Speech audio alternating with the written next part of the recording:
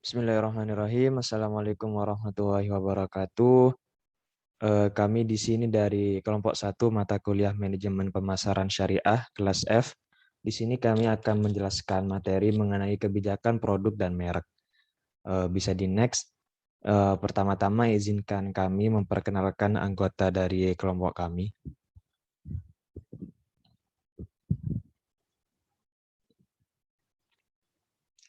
Yang pertama ada Mas Suud dengan NIM akhir 047, selanjutnya ada Indah Fitriani NIM akhir 015, selanjutnya ada Siti Nursintawati NIM akhir 022, selanjutnya ada Adinda Citra Paramaisela NIM akhir 070, selanjutnya ada Hapsari Haninditya NIM akhir 121, dan yang terakhir ada saya sendiri Muhammad Putaf Ali NIM akhir 136.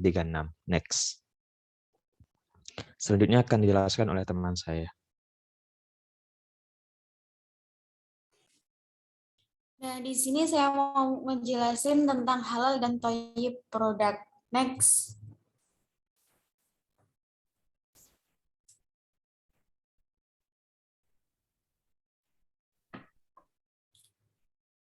Nah, pengertian dari halal berasal dari kata halla yahillu halan wa halalan, yang memiliki arti diizinkan, dibolehkan, dan dihalalkan.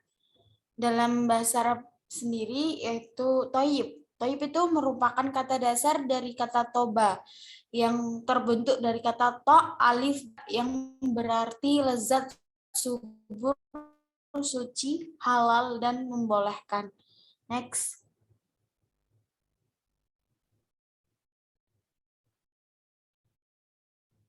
Pengertian halal produk menurut Undang-Undang Republik Indonesia Nomor 33 Tahun 2014 sesuai dengan syariat Islam. Nah, produk halal sendiri memiliki definisi pangan, obat-obatan, kosmetik,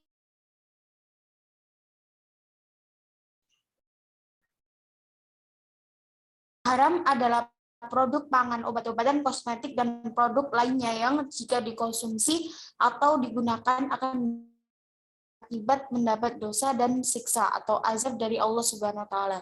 Next. Dasar hukum dari halal dan thayyib yaitu Quran Surat Al-Ma'idah ayat 88 yang artinya, dan makanlah makanan yang halal, baik atau thayyib dari apa yang telah direzekikan kepadamu, dan bertakwalah kepada Allah dan kamu beriman kepadanya.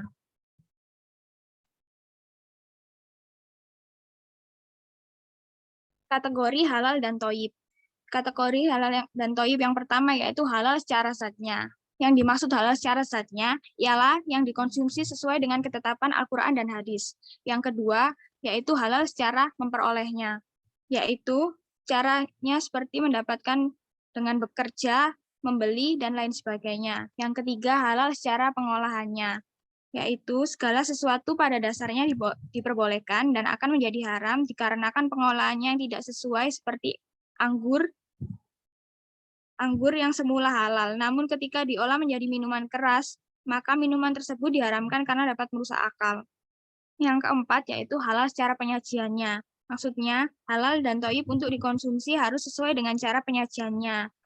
Dengan penjelasan, tidak dapat segala sesuatu yang dikategorikan ke dalam benda atau makanan yang najis menurut Al-Quran maupun hadis. Tidak mencampurkan antara makanan yang sudah pasti halal dengan makanan yang belum jelas halalnya atau syubhat. Yang kelima yaitu halal secara prosesnya. Maksudnya, makanan halal harus sesuai dengan proses memperolehnya, yaitu dengan cara dibenarkan oleh syariat Islam. Contoh dengan tidak mencuri, merampok, dan sebagainya. Bila prosesnya tidak sesuai dengan ketentuannya, maka makanan tersebut akan menjadi haram dikonsumsi. Dan yang menyebabkan makanan tersebut haram untuk dikonsumsi yaitu dalam hal penyembelihannya tidak disebutkan nama Allah Subhanahu wa taala. Dan kedua, sembelihannya tersebut dilakukan untuk sesaji atau untuk berhala. Ketiga, daging hewan yang halal dicampur dengan daging yang haram walaupun sedikit. Kualitas produk thayyib. Thayyib mengkonsumsi barang yang thayyib berarti 1. Tidak merusak kesehatan, 2. 2, tidak menimbulkan penyakit hati. 3, tidak merusak lingkungan hidup. Keempat, diperoleh dengan cara yang halal.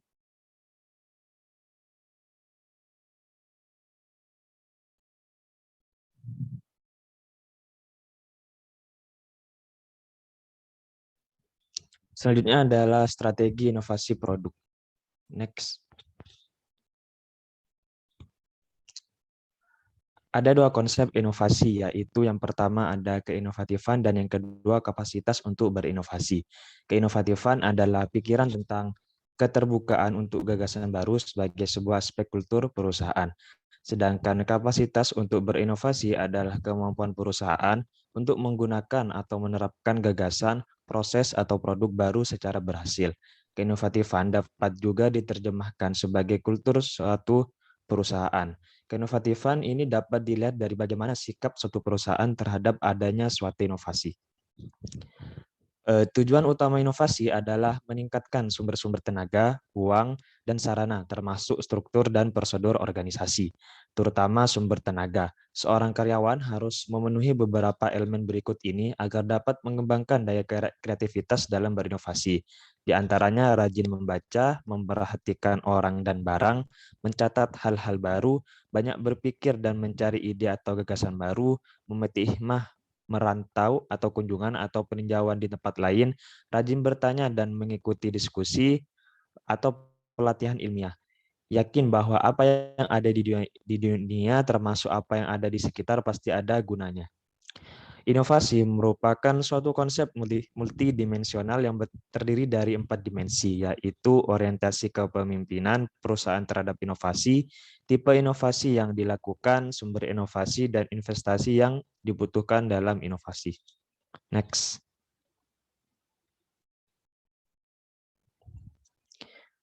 Di dalam perspektif pemasaran, maka inovasi harus mampu menciptakan harga yang lebih kompetitif atau price, produk yang lebih baik atau produk, konsumen mudah memperoleh produk tersebut atau place. Perusahaan mampu mengkomunikasikan produk sehingga konsumen mengenal produk tersebut. Inovasi akan menciptakan produk yang berbeda dari pesaing, sehingga perusahaan dapat melakukan produk differentiation kepada konsumen. Perusahaan yang terus-menerus mampu menciptakan produk differentiation melalui inovasi dan mampu mengkomunikasikan produk baru tersebut kepada konsumen, sehingga konsumen memandang produk tersebut sebagai produk yang berbeda dari produk pesaing, maka pada hakikatnya perusahaan tersebut telah melakukan penetrasi pasar dan memenangkan persaingan. Inovasi yang menghasilkan produk baru dengan karakteristik kualitas lebih baik dan harga yang lebih rendah dari pesaing akan menarik konsumen yang sensitif terhadap harga. Konsumen tersebut akan meninggalkan produk pesaing dan beralih kepada produk yang inovatif tersebut. Next.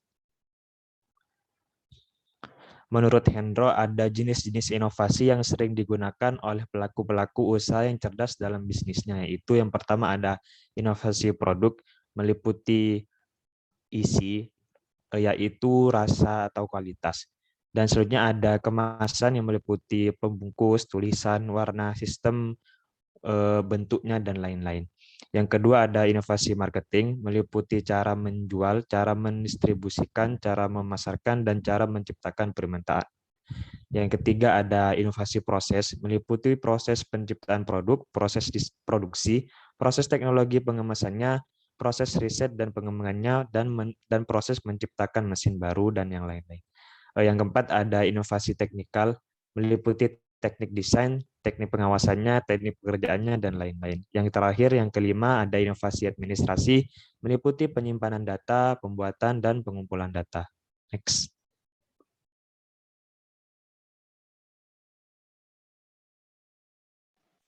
Selanjutnya kita akan membahas mengenai studi kasus, yaitu inovasi produk dari Herboris.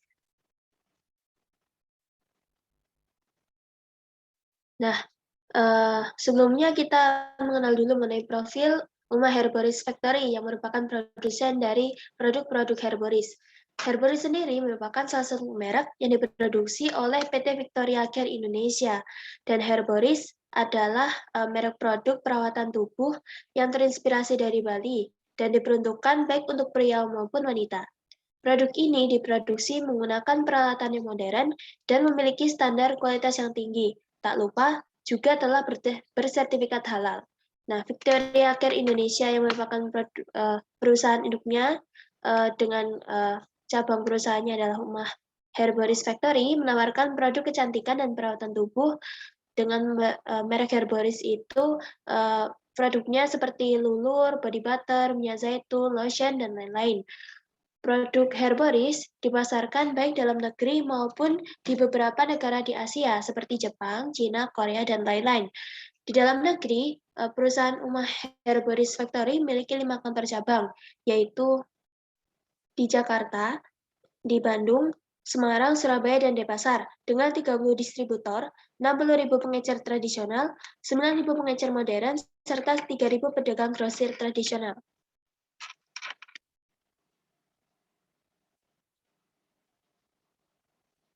Oke, selanjutnya kita akan bahas mengenai kebijakan produk dan merek dari Umah Herboris Factory.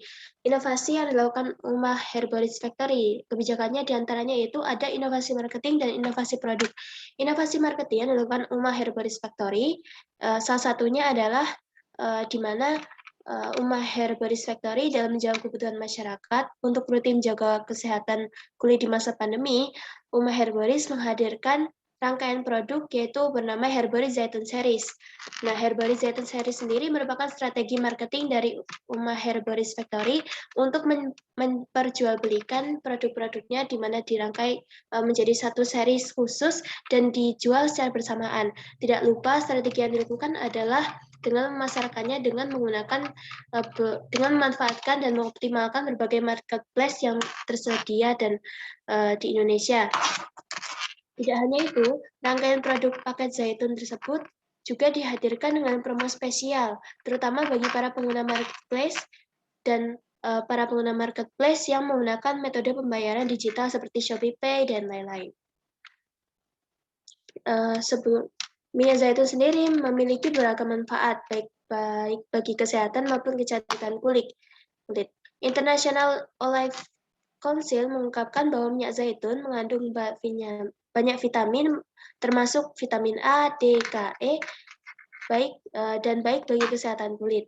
Manfaatnya bagi kesehatan kulit antara lain dapat membabakkan kulit, mengecilkan pori-pori wajah, melindungi kulit dari paparan sinar matahari, dan menghaluskan wajah.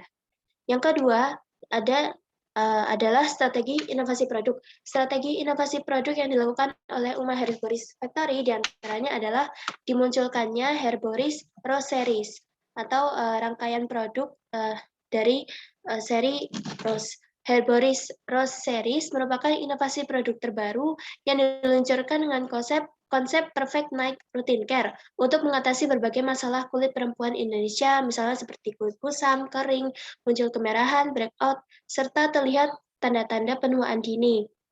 Nah, sejak tahun 2020, Herboris itu sudah memanfaatkan kebaikan bunga mawar untuk memformulasikan perawatan dasar wajah yang dimunculkan dalam produk Rose Series, di mana hanya terdiri dari 2, yaitu pembersih Rose Cleansing Milk dan penyegar wajah, yaitu bernama Rose Water.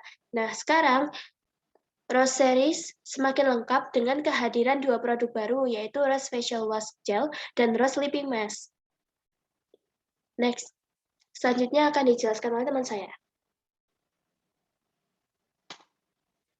Berikut adalah tampilan mengenai Herboris Zaitun Series yang diperjualbelikan di marketplace dan dipromosikan dengan metode promosi yang kekinian tentunya. Kemudian di sebelah kanan adalah inovasi produk terbaru, keluaran terbaru dari Herboris, yaitu Herboris Rose Series, yang terdiri dari 4 produk, yaitu Rose Cleansing Milk, dan Rose Water, dan juga Rose Facial Wash Gel, dan Rose Sleeping Mask.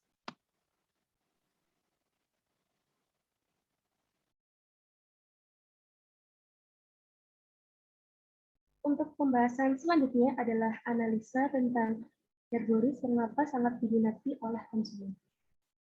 Jadi Herboris ini sangat diminati oleh konsumen karena yang pertama telah tersertifikasi halal oleh MUI. Produk-produk mereka Herboris terjamin sebagai produk halal sehingga cocok untuk konsumen muslim. Selain itu, produk Herboris yang merupakan produk perawatan tubuh dan kecantikan memiliki manfaat untuk menjaga kesehatan dan kecantikan kulit, di mana merawat tubuh merupakan kebutuhan dan keinginan setiap orang. Jadi, Herboris ini juga melakukan inovasi-inovasi sehingga tetap diminati oleh konsumen, terutama konsumen muslim. Apakah inovasi tersebut? Yaitu memanfaatkan teknologi digital dalam pengembangan bisnis untuk menjawab kebutuhan konsumen Indonesia. Dengan wujud kitanya, yaitu melakukan strategi penjualan dengan mengoptimalkan penjualan di berbagai marketplace. Strategi tersebut membuat konsumen dapat melakukan berbelanja dari rumah dengan nyaman. Om Herboris juga mengedepankan promosi yang sifatnya kekinian, yakni dengan melakukan promosi berbagai di media sosial. Selain itu, perusahaan mengedepankan strategi R&D, yaitu Research and Development, dan produksi yang fleksibel sehingga bisa memenuhi kebutuhan dan menambah produk baru. Hal ini dilakukan untuk menanggapi dengan cepat tren-tren baru yang terjadi di pasar, serta menyesuaikan dengan perubahan pola konsumen. Seperti contohnya yaitu bahwa di kala pandemi kebutuhan perawatan tubuh cenderung lebih intens, sehingga diluncurkan produk yang dapat memenuhi kebutuhan produk perawatan tubuh yang lengkap dan lebih praktis. Next.